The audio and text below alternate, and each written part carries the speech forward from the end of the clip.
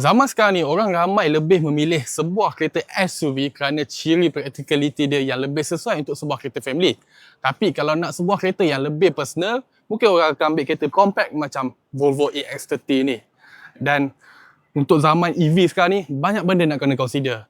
Tahap pengecasan, jarak gerak elektrik dan ciri praktikal pun nak kena fikir juga. Dan sebab itulah banyak SUV EV yang ada dalam market sekarang ni. Tapi hari ni Volvo Car Malaysia ada lancarkan sebuah sedan elektrik yang terbaru, iaitu Volvo EX90 untuk pasar Malaysia.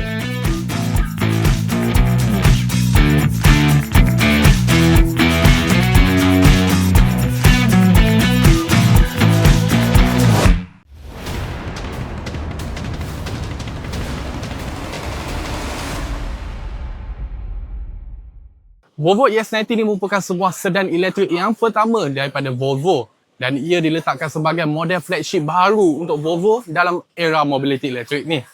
Kalau untuk desain luaran dia mengambil gaya sedan fastback, dan untuk ruangan dalaman, untuk lebih ciri yang selesa dan praktikal untuk family, dia membawakan tema sebagai ala-ala SUV dengan membawa living room on the wheels dengan elemen Scandinavian. Macam model elektrik Volvo yang lain, dia tampil juga dengan elemen minimalis dan lampu tall hammer LED ni untuk kekalkan identiti Volvo sendiri. Dan untuk bahagian lain, kalau macam bahagian rim, dia tampil dengan saiz 22 inci dengan reka bentuk rim yang aerodinamik. Dan bukan tu je, ia tampil sebagai sebuah sedan fastback yang cukup panjang dengan saiz wheelbase saja sehingga 3.1 meter. Dan bila kita cakap pasal aerodinamik juga, elemen aerodinamik banyak terdapat dekat bahagian depan ni. So, lekukkan kat bonnet ni untuk beri drag surface yang lebih untuk model elektrik ni. Untuk bahagian belakang, dia tampil dengan gaya lampu C. Itu adalah signature unik daripada Volvo sendiri. Untuk kereta dia lebih dikenali bukan untuk bahagian depan saja, tapi untuk bahagian belakang pun sama. EX90 ni menggunakan platform SPA2, iaitu platform generasi baru yang menyokong seni bina elektrik 800 volt. Di mana seni bina elektrik 800 volt ni, dia menyokong pack battery usable capacity sehingga 88 kW. Dan untuk prestasi pengecasan, dia mampu menyokong sistem pengecasan DC 350 kW. Dan ia mampu mengecas daripada 10 hingga 80% hanya dalam 22 minit. Dan menurut kata Volvo, dia mampu bergerak sehingga 300 km dalam pengecasan tempoh 10 minit. Dan untuk prestasi, untuk variant EX90 di Malaysia, ia menyokong pacuan roda belakang di mana motor elektrik tersebut ia mampu menghasilkan kuasa sehingga 333 horsepower, 480 Nm of torque. Dan ia mampu memecot daripada 0 hingga 100 hanya dalam 6.6 saat. Dan untuk keseluruhan jarak gerak, ia mampu bergerak sehingga lebih 651 km mengikut kitaran WLTP. So, apa yang dikatakan living room on the wheels ni, macam apa yang dipamparkan oleh Volvo EX90 ni lah. So, kalau kita tengok dalaman dia ni, memang cukup kemas dengan panel kayu yang menampakkan dia bertimbul bukan sekadar gaya premium, tapi ia ada kelas yang tersendiri.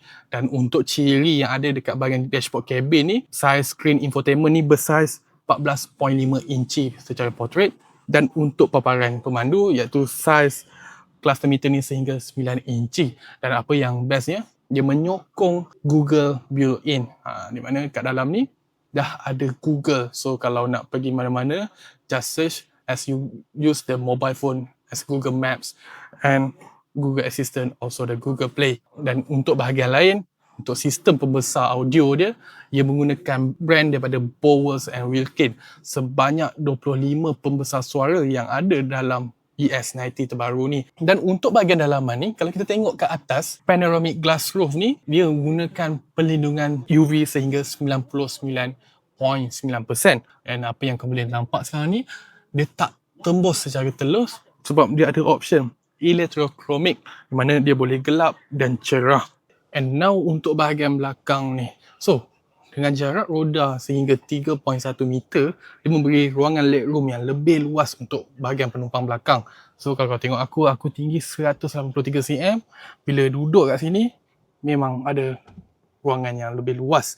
Dan bila menyandar, sub menyandar aku Aku rasa dia rasa lebih menegak, tapi bila ruangan kaki yang lebih luas, aku boleh adjust untuk kedudukan yang lebih selesa. Dan yang selain tu juga, untuk balutan seat semua ni, dia menggunakan Alpha Story jenis Nordico ventilation. So, ada lubang-lubang ni untuk berikan pengudaraan yang lebih baik. Dan selain tu, untuk bahagian belakang ni juga, untuk kat tengah ni, dia ada kawalan penghawa dingin. Ini termasuk juga dengan air ventilation untuk penumpang belakang ni. Walaupun dia tampil sebagai sebuah sedan fastback, dia tak lupakan juga dengan ciri practicality dia untuk simpan barang. Kalau macam ES90 ni, dia tampil dengan ruangan boot sehingga 424 liter. Di mana dia mampu mencapai sehingga lebih 900 liter apabila kerusi belakang dilipat. Dan apa yang menariknya, setiap kerusi ni boleh dilipat satu-satu mengikut 40-20-40. Kiri boleh lipat satu, tengah pun boleh lipat saja untuk lebih senang kita tak barang dalam kereta ni. Dan selain tu, ini bahagian dalam dia untuk susunan apa-apa komponen yang perlukan letak. Dan untuk frunk depan, dia mempunyai kargo sehingga 27 liter. Sesuai untuk letak barang kecil ataupun wire pengecasan. Mungkin kalau kau tengok ES90 sekarang ni atau bumbung dia tak ada sensor LiDAR. Sebabnya, pada hujung tahun 2025, Volvo ada umumkan yang dia akan hentikan sistem LiDAR tu untuk model ES90 dan EX90. So, untuk sekarang ni, inilah rupa ES90 yang ada. Cumanya, untuk pasaran Malaysia, dia hanya satu variant saja ditawarkan, iaitu variant rear wheel drive single motor elektrik yang mampu bergerak sehingga 651 km mengikut kitaran WLTP. Dan untuk ES90 di pasaran Malaysia, ditawarkan dengan harga bermula daripada RM339,888. Jadi, apa pandangan korang pasal the new Volvo ES90 ni? Share dekat komen. Sekian daripada aku, Fidah Razani. Assalamualaikum.